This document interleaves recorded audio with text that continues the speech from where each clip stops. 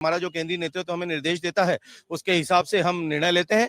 यदि ये केंद्रीय नेतृत्व हमें निर्देश देता कि आपको पूरी मजबूती से लड़ना है तो हम ईंट से ईंट बजा देते भारतीय जनता पार्टी की। प्रेशर की ये लोग बात कर रहे हैं। देखिए, प्रेशर जो भी हो, आप एक चीज समझिए, मोडस ऑपरेंडी है भारतीय जनता पार्टी की। आप महाराष्ट्र में देखिए किस प्रकार से शिवसेना को तोड़ के शिंदे को लाया गया। आप देखिए किस तरीके से राष्ट्रवादी कांग्रेस पार्टी को तोड़कर और देखेंगे अजीत पवार को लाया गया। में जो केजरीवाल बोलते हैं, जो आतिशी बोलती है कि बीजेपी में शामिल होने के लिए कहा जा रहा है, ये वही मोडस है।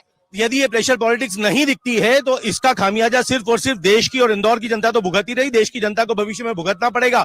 ये समझना पड़ेगा कि साइनो रशियन मॉडल जिसकी बात हमारी साथी ने की है, वो cyano Russian model Bharatiya Janata party लाने के लिए आतुर बैठी हुई है। आपको यदि लड़ना है तो आपको बिना डरे लड़ना पड़ेगा, पूरी क्षमता के साथ में लड़ना पड़ेगा। मुझे दुख है कि अक्षय कांति बम जो है थोड़ा सा डर गए इसलिए वो बिफर गए इसलिए वो निकल लिए। कोई बात नहीं, इंदौर की जनता में बहुत दम बाकी है। इंदौर की जनता, आने वाले कई चुनाव होने वाले हैं, भारतीय जनता पार्टी का ये जो कुकृत्य है इसका जवाब इंदौर की जनता पूरी मजबूती के साथ में देने वाली है। और आने वाले समय में आप देखेंगे कि लोकतंत्र की मजबूती को, जैसे अभी लोकतंत्र की कमजोरी की मिसाल के रूप में इंदौर को जाना जा रहा है, लोकतंत्र की मजबूती के रूप में इंदौर को जाना जाएगा। और भारतीय जनता पार्टी को बाहर का दरवाजा दिखाने का काम करने वाली है इंदौर की जनता, आप देखिएगा। और इनकी मोडस ऑपरेंडी को भी इस देश की जनता बौखला गए हैं, इसलिए सब चीजें याद आ रही है मोदी को। तो देखिए जनता इस बार नोटा दबाएगी इस बार। जी हाँ, सवाल आपका उचित है। ताई जी ने भी कह दिया है, नोटा ही दबाएगी इंदौर की जनता।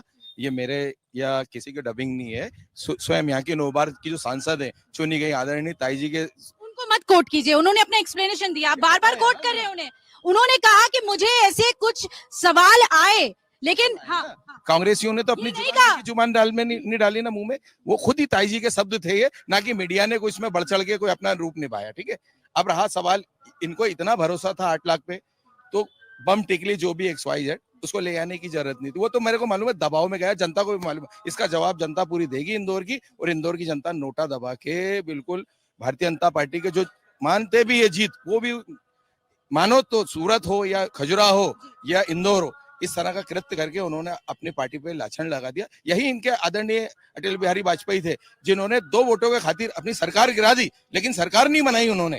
चाहते तो वो भी तोड़ मरोड़ करते, लेकिन इस बार की भाजपा बहुत बदल गई है। जी, मैं आपके पास आना चाहूंगी। आप पुराने व्यक्ति हैं, यहाँ के इंदौर की राजनीति को समझते हैं। ये इंदौर जो कि गढ़ रहा है 35 सालों से, है ना, उस वहां पर अगर ऐसा कदम उठाना पड़ता है भाजपा को, तो आप कैसे देख रहे हैं, यहाँ की जनता इसे कैसे देख रही है? मैं मैडम पॉलिटिकल कोई भी बात नहीं करूंगा, क्योंकि मैं शहर का बाशिंदा हूँ, शहर की लड़ाई लड़ता हूँ। ये वो शहर है जिसने आजादी 15 अगस्त 47 को नहीं ली, दिसंबर में ली।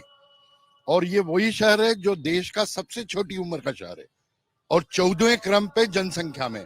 ये कॉस्मोपॉलिटन शहर है, धर्म राजनीति या दल का शहर नहीं है। जो भी निर्णय राजनीतिक दलों ने लिया है, राजनीति का मतलब रहता है समाज को दिशा देना, समाज के लिए नए कानून घड़ना। यहाँ उल्टी जो चरित्र हो गया है, वैसे भी इंदौर हर चीज में नंबर 1 रहा है। अब कोई भी वोट डले, 1% डले या 2% डले, 2 से ऊपर देश में अभी तक 2% नाटो है। ये 10 से तो ऊपर गया, आज ही गया। और ये हम फिर वापस इंदौर में नंबर 1, ये दूसरी आजादी का एक बुगुल बजाएंगे। नाटो आएगा, सारे राजनीतिक दलों को पुनर्विचार करना पड़ेगा, वो अपना चाल चरित्र बदलें, तभी समाज को निर्माण कर पाएंगे। अन्यथा ये लीचा चितड़, ये तो ऐसा हुआ कि पड़ोस के घर में झगड़ा हुआ, उसकी पत्नी को बुला पुसला लिया और अपने पास रख लिया। ये रखेल वाला ये क्या जो बीजेपी के वोटर्स हैं वो भी नाराज हो गए हैं इस प्रकरण से? मैम, पूरा इंदौर इससे आहत है। कहीं ना कहीं इसका साइड इफेक्ट दिखेगा, बट हम लोग चाहते हैं कि ये चुनाव मुद्दों का चुनाव है, पर कोई भी हम जनता के, युवाओं के मुद्दों पे बात नहीं कर रहा है। तो युवाओं के मुद्दों पे बात होना चाहिए कि इंदौर को हम कैसे स्मार्ट बना सके, इन विषयों पे बात होना चाहिए। जो आज हम लोग चर्चा कर रहे हैं, कौन आया कौन गया, ये तो पुरानी बात हो गई। जो जनप्रतिनिधि हैं, जो नेता हैं बीजेपी के, वो तो कह रहे हैं कि हम नंबर 1 है। उन्होंने ये कह दिया है, ऐसा लग रहा है जैसे कि अब कुछ बचा ही नहीं है इंदौर में करने के लिए। आप युवा हैं, आप बताइए क्या वाकई में यहाँ पर मुद्दे हैं, और अगर हैं तो वो क्या मुद्दे हैं? सबसे बड़ा मुद्दा हम कभी देखें तो अभी भी इंदौर में बेरोजगारी है। हम लोग जहाँ खड़े उसके पीछे कान्हा नदी, जिसको आज हम खाल नदी बोलते हैं, अब तक हम लोग इसमें 710 करोड़ लगा चुके हैं, बट अब तक हमको इसका इनपुट नहीं मिला। तो बहुत सारे मुद्दे हैं युवाओं के, जो हमको आगे इसको सॉर्ट आउट करना चाहिए और उन युवाओं के मुद्दों पे बात करना चाहिए। आप क्या कहेंगे इस पर? आप भी युवा हैं, बताइए। बेरोजगारी का एक बड़ा मुद्दा है। और जब इंदौर जैसे शहर में, जिसको कि एक कॉस्मोपॉलिटन सिटी कहा जा रहा है, कॉस्मो यहाँ का कल्चर है, इतने सारे कॉलेजेस हैं, यूनिवर्सिटीज हैं, उसके बाद भी ये कहा जा रहा है कि यहाँ पर बेरोजगारी एक बड़ा मुद्दा है। बेरोजगारी की तो लगातार सरकारें काम कर रही है और मिल भी रही है। रोजगार के लिए सरकारें भी काम कर रही है और युवा भी बढ़ चढ़ में हिस्सा ले रहे हैं। लेकिन इंदौर एक एजुकेशन हब है, लगातार इंदौर से संभावना अन्य जिलों के विद्यार्थियों को बढ़ती नजर आ रही है।